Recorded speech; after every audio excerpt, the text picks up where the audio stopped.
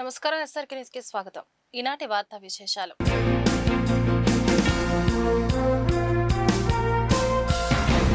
గుంటూరు నగరంలో ప్రతిష్టాత్మకంగా జరుగుతున్న శంకర్ విలాస్ ఆర్ఓబి పనులను 2027 జూలై నాటికి పూర్తి చేయడం లక్ష్యంగా పెట్టుకున్నట్లు ఎంపీ పెమ్మసాని చంద్రశేఖర్ స్పష్టం చేశారు.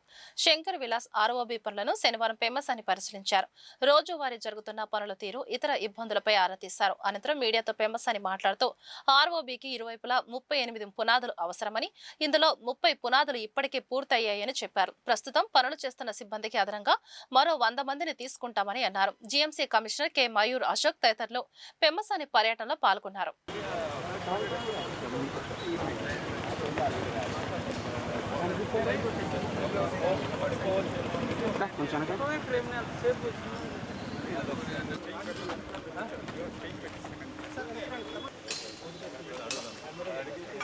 మేము ఏదైతే టార్గెట్ ఇచ్చామో 2027 జూలైకి శంకర్ విలాస్ పెట్టే విధంగా రెగ్యులర్గా రివ్యూస్ తీసుకొని అడ్డంకులు ఎక్కడ ఉన్నాయో అవన్నీ తొలగించే ప్రయత్నంలో ఉన్నాం.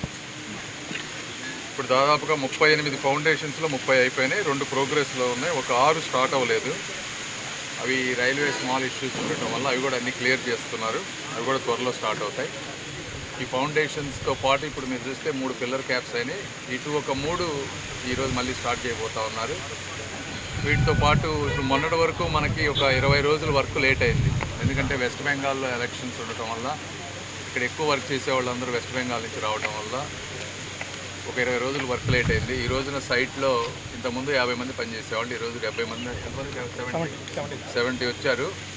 ఇంకొక వారం రోజుల్లో ఇంకొక 30 to 40 వస్తారు కదా, మినిమం 100 మెంబర్స్ ఉండే విధంగా చూసుకొని, ఎండలు కూడా ఎక్కువ ఉన్నాయి. మార్నింగ్ ఈవినింగ్ షిఫ్ట్స్లో సాధ్యమైనంత తొందరగా ఇది కంప్లీట్ చేసే విధంగా ప్రయత్నం చేస్తాం.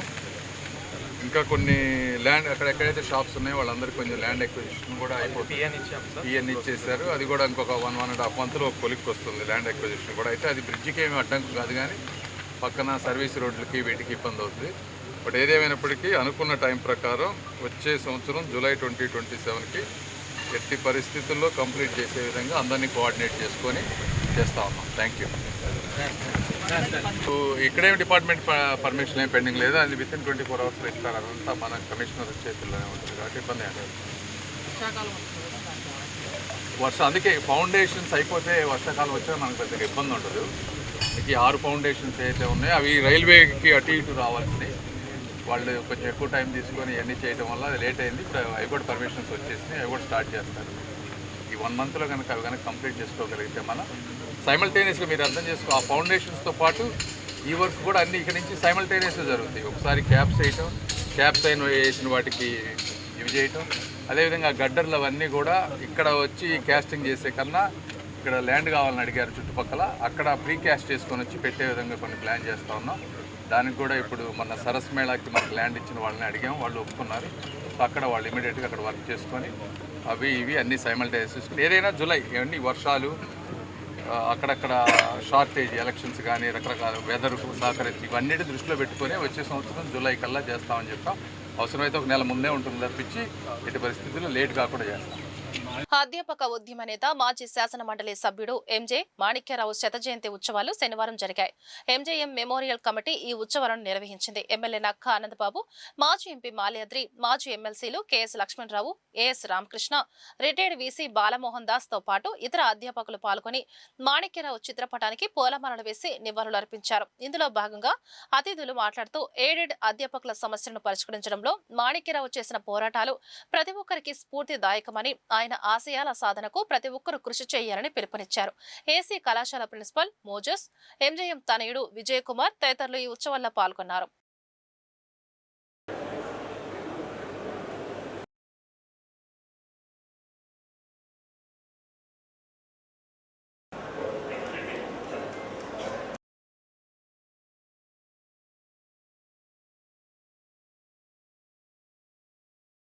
ఈరోజు అధ్యాపక ఉద్యమ నేత ఎంజే మాణిక్యరావు గారి శత జయంతి ఉత్సవాలు ఈ ప్రాంతంలో ఎయిడెడ్ కాలేజీల ద్వారానే వేలాది మంది లక్షలాది మంది చదువుకోగలిగారు. బాలమోహన్ దాస్ గారు కూడా నర్సరావుపేట ఎస్ఎస్ఎన్ కాలేజీలో చదివాడు. నేను కూడా సిఆర్ రెడ్డి కాలేజీలో చదువుకున్నాను. ఆ రోజు చదువుకోగలిగామంటే ఎయిడెడ్ కాలేజీల కారణం.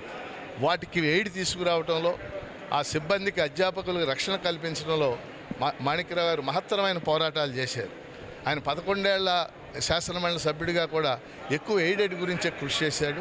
అందువల్ల ఆయన మీద కృతజ్ఞతతో ఈరోజు ఈ శత జయంతోత్సవాలు నిర్వహిస్తూ ఉన్నాం. భవిష్యత్తులో ప్రభుత్వ విద్యారంగ పరిరక్షణకి దీన్ని ఒక ఆదర్శంగా తీసుకుని కృషి చేస్తామని తెలియజేస్తాం. మాది నరసరావుపేట. మాణిక్యాలరావు గారు పుట్టింది నరసరావుపేట. ఉపాధ్యాయులకు ఒక ఆరాధ్య దైవం అని మాణిక్యాలరావు గారు ఈ రోజున వారి అభిమానులంతా కలిసి శత జయంతి ఉత్సవాలు జరగటం చాలా సంతోషం. నేను విశాఖపట్నంలో ఉంటాను. ఇక్కడ ప్రత్యేకంగా ఆ కార్యక్రమం కోసమే నేను రావడం జరిగింది. మాణిక్యాలరావు గారిని మర్చిపోం మనం. ఈ రోజున ఆంధ్ర యూనివర్సిటీ శత జయంతి ఉత్సవాలు జరిగినాయి. ఆయన అక్కడే చదువుకున్నారు. సచ్చిదానందమూర్తి గారు ఈ ప్రాంతానికి చెందినవారు. వారి శత జయంత్యోత్సవాలు జరిగినాయి. ఈ రోజున మాణిక్యాలరావు గారి శత జయంత్యోత్సవాలు జరుగుతున్నాయి. ఇన్స్టిట్యూషన్స్కి శత జయంత్యోత్సవాలు జరుగుతాయి, కానీ వ్యక్తులకి జరగటం చాలా అరుదు. మహాత్మా గాంధీ గారికి జరిగి ఉండొచ్చు, నెహ్రూ గారికి జరిగి ఉండొచ్చు, మాణిక్యాలరావు గారికి ఈరోజు జరగటం మన గుంటూరు ఏసీ కాలేజీ చేసుకున్న ఒక అదృష్టంగా నేను భావిస్తున్నాను. ఎంతోమంది ఇక్కడి నుంచి దూర ప్రదేశాల నుంచి కూడా వచ్చారు. ఇక్కడ మాల్యాద్రి గారు ఉన్నారు. అక్కడ జవహర్ భారతి కాలేజీ ప్రిన్సిపాల్లో చేసినప్పుడు వారు కాలేజీ యూనియన్ ప్రెసిడెంట్గా కూడా ఉన్నారని వారు చెప్పడం జరిగింది. మిత్రుడు లక్ష్మణరావు ఈ కార్యక్రమాన్ని చేపట్టడం ద్వారా మాణిక్యాలరావు గారికి నమస్కారాలు చెప్పడమే కాకుండా ఉపాధ్యాయులందరికీ కూడా ఒక గౌరవ సూచకంగా మనకు మేలు చేసిన వారిని మర్చిపోకూడదు. గుంటూరు జిల్లా కలెక్టరేట్ కార్యాలయంలో ఉద్యోగులు ఎస్సీ ఎస్టీ దివ్యాంగుల కోసం శనివారం స్పెషల్ గ్రీవెన్స్ జరిగింది.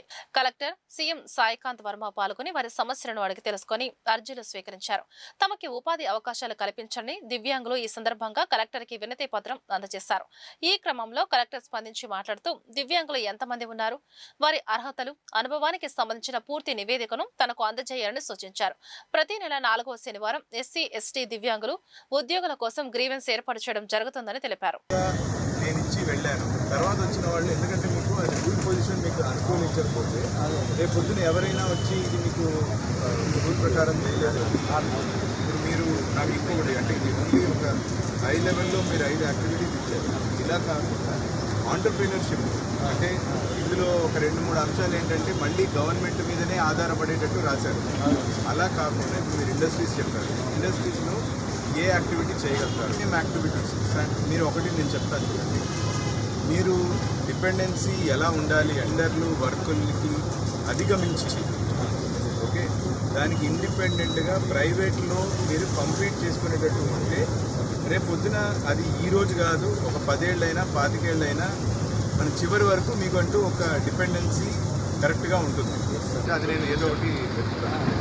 ఓకే, రెండవ అంశం ఏంటంటే ఇప్పుడు మీరు ఏమేమి యాక్టివిటీస్ చేయగలుగుతారు? నేను మన డిస్ట్రిక్ట్ ఎంప్లాయ్మెంట్ ఆఫీసర్కి గుంటూరును 4 వారాల్లో స్వచ్ఛ నగరంగా తీర్చిదిద్దడమే లక్ష్యమని GMC commissioner K Mayur Ashok స్పష్టం చేశారు. నా సెంటర్లోని శనివారం జరిగిన ఆపరేషన్ క్లీన్ స్వీప్ కార్యక్రమాన్ని కమిషనర్ ప్రారంభించి మాట్లాడారు.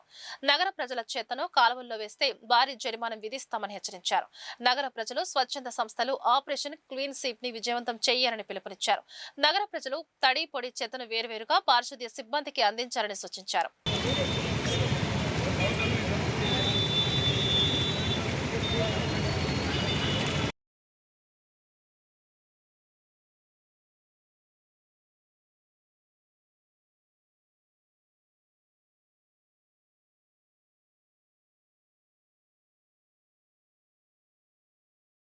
విధంగా మన గార్బేజ్ వల్నరబుల్ పాయింట్స్ ఏదైతే ఉంటాయి అది కూడా పూర్తిగా ఎలిమినేట్ చేయాలి. ఈ ఆలోచనతో ఈ వారం మన యాక్టివిటీ చేయడం జరుగుతుంది. తర్వాత 2వ వారం మనం డ్రైన్ క్లీనింగ్, డీసిల్టేషన్, పూర్తిగా మన ఎక్కడ కూడా డ్రైన్లో ప్లాస్టిక్ చెత్త కానీ ఎటువంటి చెత్త డ్రైన్లో ఉండకూడదు. ప్రాపర్ ఫ్లో ఉండాలి. డ్రైన్లో ఎక్కడ బ్లాకేజెస్ ఉండకూడదు. ఈ ఆలోచనతో 2వ వారం యాక్టివిటీస్ ప్లాన్ చేయడం జరుగుతాయి. 3వ వారం మనకి రెసిడెన్షియల్ ఏరియా, కమర్షియల్ ఏరియా ఏదైతే ఉంటాయి, అదేవిధంగా బల్క్ వేస్ట్ జనరేటర్స్ అని అంటాము. అంటే ఏదైనా ఒక ఇన్స్టిట్యూట్ దగ్గర, ఏదైనా కమర్షియల్ ఎస్టాబ్లిష్మెంట్ దగ్గర ప్రతిరోజు 100 kg కంటే ఎక్కువ చెత్త జనరేట్ అయితే వాటిని బల్క్ వేస్ట్ జనరేటర్ అని మనం అంటాం. సో ఆ ఏరియాస్లో మనం పూర్తిగా క్లీన్లెస్ టేకప్ చేయాలి. అండ్ చివరి వారంకి మన CTNPT అంటే పబ్లిక్ టాయిలెట్, కమ్యూనిటీ టాయిలెట్స్ ఏదైతే ఉంటాయి ఈ అన్నీ కూడా ప్రాపర్ క్లీన్లెస్ టేకప్ చేయాలి. సెప్టిక్ ట్యాంక్స్ ఏదైతే ఉంటాయి అది కూడా దానికి సంబంధించి డిస్ఇన్ఫెక్షన్ కానీ మిగతా క్లీన్. వార్డ్లో ఓపెన్ స్పేసెస్ ఎక్కువ ఉంటాయి. సో ప్రతి వార్డ్ సంబంధించి action plan, special action plan ప్రతి వార్డ్ సంబంధించి ప్రిపేర్ చేయాలి. ఆ వార్డ్లో ఏదైతే ఎక్విప్మెంట్ రిక్వైర్మెంట్ ఉండొచ్చు, జేసీబీస్ కావచ్చు, ట్రాక్టర్స్ కావచ్చు, అన్నీ కూడా మనం ప్రొవైడ్ చేస్తాము. సో ప్రతి వార్డ్లో each and every street, each and every road మనం కవర్ చేస్తూ ఈ క్యాంపెయిన్ సక్సెస్ఫుల్ చేయాలి. అందరూ కూడా ఈ రొటీన్ క్యాంపెయిన్ ఉంది, ఏదో గవర్నమెంట్ నుంచి ఇన్స్ట్రక్షన్ వచ్చి చేద్దాం ఇది కాదు. మన సిటీని పూర్తిగా ఫేస్ లిఫ్ట్ చేయాలి. మన సిటీ ఒక మొత్తం ఇమేజ్ మారిపోవాలి. ఈ ఆలోచనతో అందరూ కూడా ఎఫర్ట్ చేయండి. తర్వాత SHG గ్రూప్స్, మన దాదాపు ఒక 10,000 SHG గ్రూప్స్ ఉన్నారు. వాళ్ళందరినీ కూడా SHG గ్రూప్స్తో ఇన్వాల్వ్ చేస్తే తప్పకుండా మన బిహేవియర్ చేంజ్ రావడానికి అవకాశం ఉంది. So I request PO also to mobilise each and every SHG group. SHG గ్రూప్లో ఉన్న ప్రతి ఒక్క మెంబర్ కూడా వాళ్ళు ఉన్న వార్డులో వేరే ఎక్కడ వెళ్ళాల్సిన అవసరం లేదు. వాళ్ళు ఎక్కడ ఉంటున్నారు ఆ వార్డులో తిరిగి ప్రతి ఒక్క ఇల్లు దగ్గర వెళ్ళి సోర్స్ సెగ్రిగేషన్ గురించి చెప్పాలి, విజిబుల్ క్లీన్లీనెస్ గురించి చెప్పాలి. వ్యవస్థలో మార్పు యువత ద్వారానే సాధ్యపడుతుందని ఎంపీ పెమ్మసాని చంద్రశేఖర్ అన్నారు. గుంటూరు రైల్వే భవన్లో శనివారం జరిగిన రోజ్గార్ మేళాలో పెమ్మసాని పాల్గొని నూతనంగా ఉద్యోగాలు సాధించిన అభ్యర్థులకు నియామక పత్రాలు అందజేసి మాట్లాడారు. యువత భారతదేశానికి భారం కాకూడదని, సర్టిఫికెట్స్ కంటే స్కిల్స్ ద్వారానే మెరుగైన భవిష్యత్తు నిర్మించుకోగలమని అభివర్ణించారు. నమ్మిన సిద్ధాంతాలు, వృత్తిని గౌరవంగా ముందుకు తీసుకుని వెళ్తే విజయం సాధ్యపడుతుందని అన్నారు. రైల్వే DRM సుదేష్నన్, ఇతర అధికారులు, సిబ్బంది ఈ కార్యక్రమంలో పాల్గొన్నారు.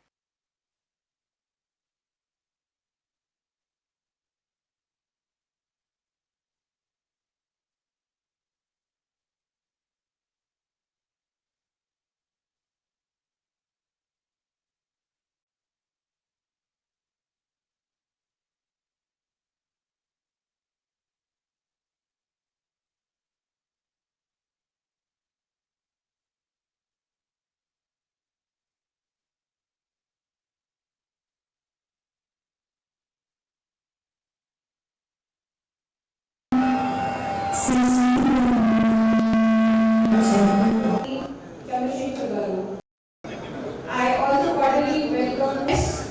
Veera Narayana, Assistant, along with other branch officers, newly appointed candidates.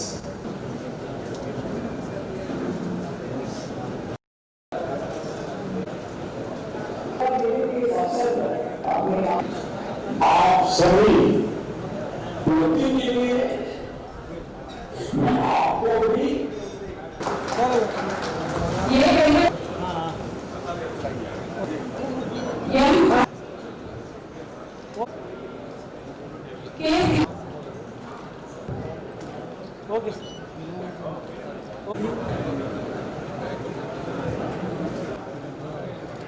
Respected Srimati Sudesh Sen, congratulations. Telugu, అంటే you have to speak a different language. It's not easy. I know the pain because I am also learning Hindi to speak in the other part of the world. But you did a good job. Most people appreciate your effort than the actual language. So congratulations. Thank you. And Shrimati April అరోరాజీ, అదేవిధంగా ఇక్కడికి వచ్చేసినటువంటి పాత్రికేయులకు, గుంటూరు ప్రాంత ప్రజలకు, వీరందరితో పాటు సమాజం అడిగినటువంటి అన్ని ప్రశ్నలను, పెట్టిన అన్ని పరీక్షలను, మీ కళలను సహనంతో, ఓర్పుతో, పట్టుదలతో సాధించిన, జయించిన, చూపించిన నూతన ఉద్యోగస్తులందరికీ కూడా ధన్యవాదాలు, అభినందనలు తెలుపుతాను.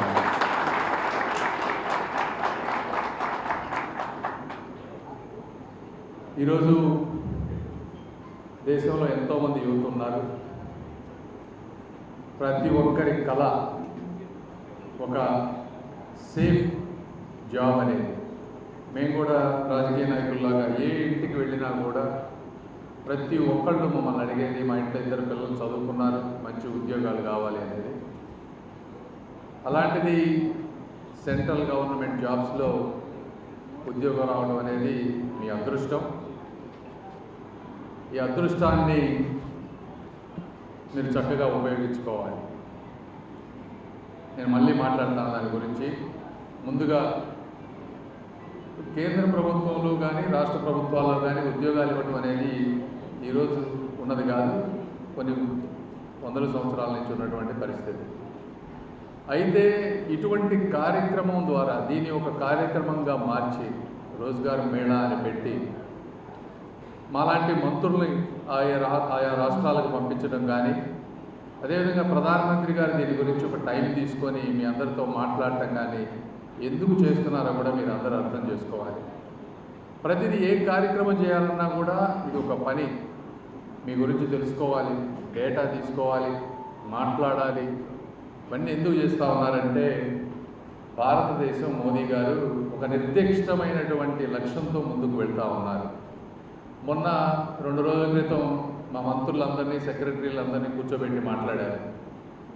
ఆయన మాట్లాడినప్పుడు నేను 2047 వికసిత్ భారత్ అనేది నేను ఇచ్చినటువంటి పిలుపు ఒక స్లోగన్ కాదు, నేను నిజంగా దాన్ని నమ్ముతున్నాను.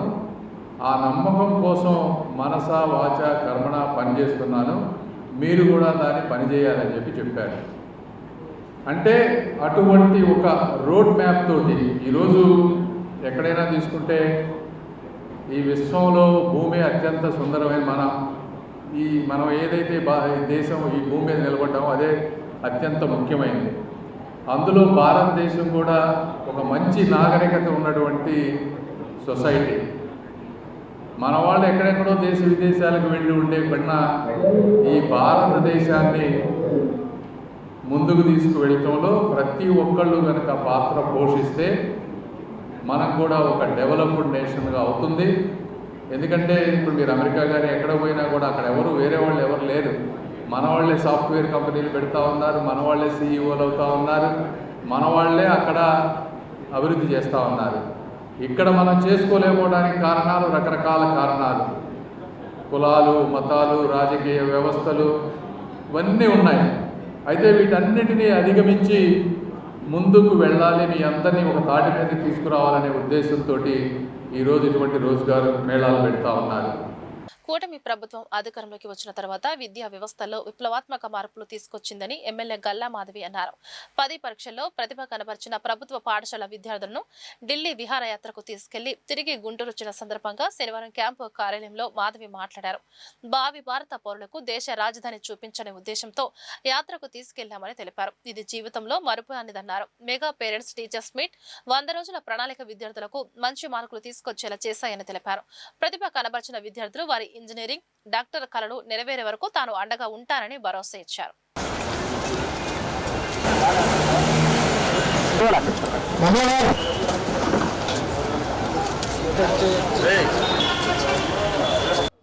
మరి ఈ నెల 20వ తారీఖు మన గవర్నమెంట్ స్కూల్ పిల్లలందరినీ తీసుకొని ఢిల్లీ పర్యటన చేయడం జరిగింది.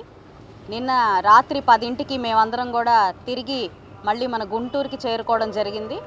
ఈ 3 రోజులు కూడా చాలా చాలా అద్భుతంగా మా ఢిల్లీ పర్యటన మా ఈ స్కూల్ పిల్లలతో జరిగింది. చాలా చాలా సంతోషం. అవి అంటే పూర్తిగా ఈ యొక్క ట్రిప్ యొక్క వివరాలు, మా యొక్క అనుభూతులు మీడియాతో పంచుకుంటే కొంత తర్వాతి క్లాసుల పిల్లలకి కూడా ఒక స్ఫూర్తిలాగా ఉంటుంది అని చెప్పి ఒక అభిప్రాయంతో ఈరోజు మీ అందరినీ, మీడియా మిత్రులందరినీ కోరడం జరిగింది. మా ఆహ్వానాన్ని మన్నించి ప్రతి ఒక్కరూ విచ్చేసినందుకు ముందుగా మీడియా మిత్రులందరికీ పేరు పేరున నమస్కారం. మరి కూటమి ప్రభుత్వం ఏర్పడినప్పటి నుంచి కూడా అందులోనూ విద్యలో చాలా ప్రత్యేకమైన శ్రద్ధ తీసుకుంటూ విద్యాశాఖ మంత్రివర్యులు నారా లోకేష్ గారు ఎన్నో అనూహ్యమైన విధి విధానాలు ఈరోజు విద్యా వ్యవస్థలో తీసుకురావడం జరిగింది. అందులో ఫస్ట్గా మనందరం చాలా ప్రశంసించాల్సిన విషయం, ఆలోచింపజేసిన విషయం ఏంటంటే మెగా పేరెంట్ టీచర్ మీటింగ్. అంటే ఇప్పటిదాకా కూడా పిల్లలు ఏం చదువుతున్నారు, ఎలా వాళ్ళ చదువు విధానం వెళ్తుంది, స్కూల్స్లో ఎలా ఉంటున్నారు, లేదంటే టీచర్లు అసలు వాళ్ళ పిల్లల్ని ఎలా పట్టించుకుంటున్నారో ఇప్పటిదాకా తెలియని పరిస్థితి ఉండేది. సాధారణంగా చదువుకున్న పేరెంట్స్ కూడా ఎప్పుడు వాళ్ళ పిల్లలు ఎలా చదువుతున్నారో ఫ్రీగా వాళ్ళ స్కూళ్ళకి వెళ్ళి తెలుసుకునే పరిస్థితి ఉండేది కాదు. అలాంటిది మెగా పేరెంట్ టీచర్ మీటింగ్ పెట్టి కంపల్సరీగా ప్రతి పిల్లల యొక్క పేరెంట్స్ ఆ స్కూల్లోకి విజిట్ చేసి వాళ్ళ యొక్క అనేక అనుమానాలు లేదంటే వాళ్ళ యొక్క అభిప్రాయాలను కూడా తెలుసుకునే ప్రయత్నం చేయడం అనేది నిజంగా ఎంతో నిజాయితీ నిబద్ధత గల నాయకత్వానికి మాత్రమే సొంతం అవుతుంది. అది నిరూపితమైంది. 2 సంవత్సరాలుగా దాదాపుగా 5 మెగా పేరెంట్ టీచర్ మీటింగ్లను ఏర్పాటు చేసి పిల్లల యొక్క మనోగతాలు, టీచర్స్ యొక్క మనోగతాలు, అదేవిధంగా పేరెంట్స్ యొక్క మనోగతాలు తెలుసుకుంటూ ఒక సంయమనంతో ముందుకు వెళ్తూ ఒక బాధ్యతాయుతమైన పౌరుల్ని మనం తీసుకురావాలి అన్న ఒక ఉద్దేశంతో, ఒక సత్సంకల్పంతో ఈ ఒక ప్రోగ్రామ్ని నిర్వహించడం జరిగింది. అయితే అందులో భాగంగానే మరి పిల్లలందరూ చాలా బాగా చదవాలి, ప్రైవేట్ స్కూల్స్కి ధీటుగా మన గవర్నమెంట్ స్కూల్స్ కూడా ఉన్నాయి అని నిరూపించాలి అని చెప్పి గౌరవ్ లోకేష్ గారు ఒక 100 days యాక్షన్ ప్లాన్ చేసి 10వ తరగతి పిల్లల మీద పూర్తిగా ఫోకస్ చేస్తూ ఈ 100 రోజుల పాటు పిల్లల యొక్క ప్రతిభని మరింత పెంచే విధంగా ముందుగానే బాగా చదువుకున్న పిల్లలు ఇంకాస్త ప్రోత్సాహం కానివ్వండి, ఇంకాస్త మెరుగైన వాళ్ళకి సహకారాలు కానివ్వండి అందిస్తే మంచి రిజల్ట్ వస్తుంది అని నమ్మి 100 days యాక్షన్ ప్లాన్ చేసి అందులో సాయంకాలం పూట ప్రత్యేకమైన క్లాసులను నిర్వహిస్తూ వారికి అనేక సమస్యల మీద, అదేవిధంగా ఎన్నో అనుమానాల మీద ప్రత్యేకమైన టీచర్లను పెట్టి వాళ్ళకి పరీక్షలో ముందుకెళ్ళి ఉత్తీర్ణత వచ్చేలాగా చేశారు నారా లోకేష్ గారు. ఇది ఏ స్థాయిలో అంటే ఒక 100 రోజుల్లో యాక్షన్ ప్లాన్ చేయాలి అని చెప్పి స్కూళ్ళకి, టీచర్లకి, ప్రిన్సిపల్కి ఆర్డర్ ఇవ్వడమే కాకుండా ప్రతి డిస్ట్రిక్ట్ కలెక్టర్కి కూడా ఈ ప్రోగ్రామ్ని అటాచ్ చేసి వాళ్ళతో కూడా స్ఫూర్తిదాయకమైన రివ్యూ మీటింగ్ని కండక్ట్ చేసి వాళ్ళని ఎంకరేజ్ చేసే విధంగా పరీక్షల ముందు రోజు కూడా వాళ్ళకి ప్రోగ్రామ్ కండక్ట్ చేసి వాళ్ళని పూర్తిగా ఎంకరేజ్ చేసి ఎట్టి పరిస్థితుల్లో 100% అద్భుతమైన రిజల్ట్ వచ్చేలాగా కూడా నారా లోకేష్ గారు కృషి చేశారు. దానికి అనుగుణంగానే మన అందరం చూసాం. అద్భుతమైన రిజల్ట్స్ మన గవర్నమెంట్ స్కూల్ పిల్లలు కనపరిచారు. ఎప్పుడూ లేని విధంగా మరి న్యూస్ పేపర్లో కూడా మన గవర్నమెంట్ స్కూల్ పిల్లల యొక్క చిత్రపటాలు వేసి ఒక సగర్వంగా మన గవర్నమెంట్ తీసుకుంటున్న చర్యలు, అదేవిధంగా గవర్నమెంట్ స్కూల్స్ పిల్లలు కూడా కనపరిచిన ప్రతిభ ప్రతి ఒక్కరికి సమాజంలో చూపించేలాగా చేశారు గౌరవ్ లోకేష్ గారు. వ్యవసాయ, పాడి, ఆక్వా రంగాలను దెబ్బతీసే అమెరికాతో ప్రధాని మోదీ ప్రభుత్వం చేసుకున్న వాణిజ్య ఒప్పందాన్ని వెంటనే రద్దు చేయాలని డిమాండ్ చేస్తూ సిపిఐ న్యూ డెమోక్రసీ శనివారం లార్జ్ సెంటర్లోని అంబేద్కర్ విగ్రహం వద్ద ధర్నా కార్యక్రమాన్ని చేపట్టింది. రాష్ట్ర నాయకులు యు గణిరాజు మాట్లాడుతూ దేశంలో 170% మంది ఆధారపడి జీవిస్తున్న వ్యవసాయ రంగాన్ని పాలకులు సంక్షోభంలోకి నెడుతున్నారన్నారు. రైతాంగ పంటల గిట్టుబాటు ధరలు, నశించాలి మోదీ ప్రభుత్వ రైతాంగ వ్యతిరేక విధానాలు, మోదీ ప్రభుత్వ రైతాంగ వ్యతిరేక విధానాలు, వర్ధిల్లాలి సిపిఎంఎల్ న్యూ డెమోక్రసీ, వర్ధిల్లాలి సిపిఎంఎల్ న్యూ డెమోక్రసీ, రద్దు చేయాలి అమెరికాతో భారత ప్రభుత్వం చేసుకున్న వాణిజ్య ఒప్పందాన్ని, వర్ధిల్లాలి సిపిఎంఎల్ న్యూ డెమోక్రసీ, వర్ధిల్లాలి రైతాంగ పోరాటాలు, వర్ధిల్లాలి సిపిఎంఎల్ న్యూ డెమోక్రసీ, రద్దు చేయాలి వాణిజ్య ఒప్పందాన్ని వెంటనే, అమెరికాతో చేసుకున్న వాణిజ్య ఒప్పందాన్ని వెంటనే, అమెరికాతో చేసుకున్న వాణిజ్య ఒప్పందాన్ని వెంటనే, వర్ధిల్లాలి సిపిఎంఎల్ న్యూ డెమోక్రసీ, వర్ధిల్లాలి సిపిఎంఎల్ న్యూ డెమోక్రసీ, రద్దు చేయాలి అమెరికాతో భారత ప్రభుత్వం చేసుకున్న వాణిజ్య ఒప్పందాన్ని వెంటనే. వ్యవసాయ, పాడి, ఆక్వా రంగాల్ని నాశనం చేసినటువంటి అమెరికాతో మోదీ ప్రభుత్వం చేసుకున్నటువంటి వాణిజ్య ఒప్పందాన్ని రద్దు చేయాలని కోరుతూ సిపిఐఎంఎల్ న్యూ డెమోక్రసీ పార్టీ ఆధ్వర్యంలో ఈరోజు గుంటూరులో డాక్టర్ బిఆర్ అంబేద్కర్ సర్కిల్ వద్ద ఈ ధర్నా కార్యక్రమాన్ని నిర్వహిస్తూ ఉన్నాం. ఎందుకంటే దేశంలో నేటికి కూడా 170% మంది వ్యవసాయ రంగం మీద ఆధారపడి జీవిస్తూ ఉన్నారు. ఈ వ్యవసాయ రంగాన్ని కాపాడాల్సినటువంటి పాలక వర్గాలు తీవ్ర సంక్షోభంలోకి నెడతా ఉన్నాయి. రైతాంగ పంటలకి గిట్టుబాటు ధరలు లేకపోవడం, అప్పులు ఊపులో కూరుకుపోయి ప్రతిరోజు కూడా 31 మంది రైతులు ఆత్మహత్యలు చేసుకున్నటువంటి పరిస్థితి దేశంలో ఉంది. ఒక్క మోదీ ప్రభుత్వ హయాంలోనే 1,40,000 మంది రైతులు బలైపోయినటువంటి పరిస్థితి ఉంది. ఈ విధంగా వ్యవసాయ రంగాన్ని మరింత సంక్షోభంలోకి నెట్టడానికి 2026 ఫిబ్రవరిలో మోదీ ప్రభుత్వం అమెరికాతో వాణిజ్య ఒప్పందం చేసుకుంది. ఈ వాణిజ్య ఒప్పందం అసమానమైనటువంటి ఒప్పందం. ఈ ఒప్పందం ప్రకారంగా రష్యా నుంచి ముడి చమురుని ఏదైతే తక్కువ ధరకు దిగుమతి చేసుకుంటా ఉన్నామో దీన్ని ఆంక్షలు విధిస్తూ ఉంది ఈరోజు అమెరికా ప్రభుత్వం. అంతేకాదు మన దేశంలో వస్తువులు అమెరికాలో అమ్మాలంటే 15% దిగుమతి సుంకాలని విధిస్తూ ఉంది. కానీ అమెరికా వస్తువుల్ని ఈ దేశంలో అమ్ముకోవాలంటే దానికి ట్యాక్స్ లేనటువంటి పరిస్థితి కూడా ఉంది. అంతేకాకుండా దాదాపు 45 లక్షల కోట్లు విలువ చేసినటువంటి వస్తువుల్ని ఈ దేశంలో కొనుగోలు చేయడానికి మోదీ ప్రభుత్వం ఒప్పందం చేసుకున్నటువంటి పరిస్థితి ఉంది. అంటే ఈ దేశం ఉన్నటువంటి వ్యవసాయ రంగాన్ని, పాడి పరిశ్రమల్ని, ఆక్వా రంగాల్ని ఈరోజు ధ్వంసం చేసే విధంగా ఈరోజు ఈ ఒప్పందం ఉంది. ఇది దేశ ద్రోహకరమైనది, ఆహార భద్రత కూడా తీవ్ర ముప్పైనటువంటి ఒప్పందం ఇది. ఎందుకంటే ఈరోజు సోయాబీన్ పండించేటువంటి రైతులు ఈరోజంతా కూడా దివాలా తీస్తూ ఉన్నారు. ఎందుకంటే సోయాబీన్ నుంచి వచ్చేటువంటి ఆయిల్ కానీ, సోయాబీన్ చెక్కను కానీ ఈ దేశానికి అమెరికా నుంచి దిగుమతి చేసుకుంటూ ఉన్నారు. అంతేకాదు చెరుకు నుంచి వచ్చేటువంటి ఇథనాయిల్ కానీ, ఇంకా మొక్కజొన్న కానీ, లేదా పత్తి కానీ, వీటన్నిటికి సంబంధించినటువంటి ఒప్పందం ఈరోజు ఈ రైతాంగానికి తీవ్ర నష్టకరమైనటువంటి పరిస్థితి ఉంది. పత్తికి సంబంధించినటువంటి దిగుమతి సుంకం 11% ఉంటే దాన్ని రద్దు చేసింది. దానివల్ల ఈరోజు విదేశీ పత్తి అంతా కూడా ఈ దేశంలోకి దిగుమతి అవుతూ ఉంది. దీనివల్ల ఈ దేశంలో పత్తి పండించినటువంటి రైతులు 36,518 కోట్ల రూపాయలు నష్టపోయినటువంటి పరిస్థితి ఉంది. పాడి పరిశ్రమ దాదాపు 8 కోట్ల మంది ఈరోజు బతుకుతూ ఉన్నారు. దాంట్లో 170% మంది మహిళలు ఈ పాడి పరిశ్రమ ద్వారా జీవనం సాగిస్తూ ఉన్నారు. కానీ ఈరోజు పాల ఉత్పత్తులను అమెరికా నుంచి దిగుమతి చేసుకోవడానికి ఈరోజు ఈ ఒప్పందం ఉంది.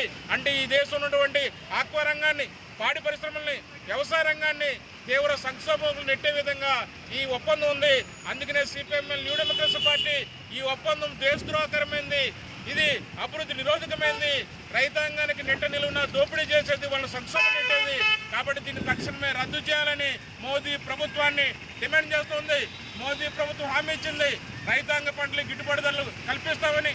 అలాగే రైతుని గిట్టుబాటు అయ్యేలాగా, రైతుని ఆదాయాన్ని పెంచేలాగా ప్రభుత్వం హామీ ఇచ్చింది. హామీలన్నింటినీ కూడా ఈరోజు పక్కన పడేసినటువంటి పరిస్థితుల్లో ఖచ్చితంగా రైతాంగ సబ్సిడీలని అమలు చేయాలా, స్వామినాథన్ కమిషన్ సిఫార్సులు అమలు చేయాలని ఈరోజు సిపిఎంఎల్ న్యూ డెమోక్రసీ పార్టీగా డిమాండ్ చేస్తూ ఉన్నాం. ఈ వార్తలు ఇంతటితో సమాప్తం. నమస్కారం.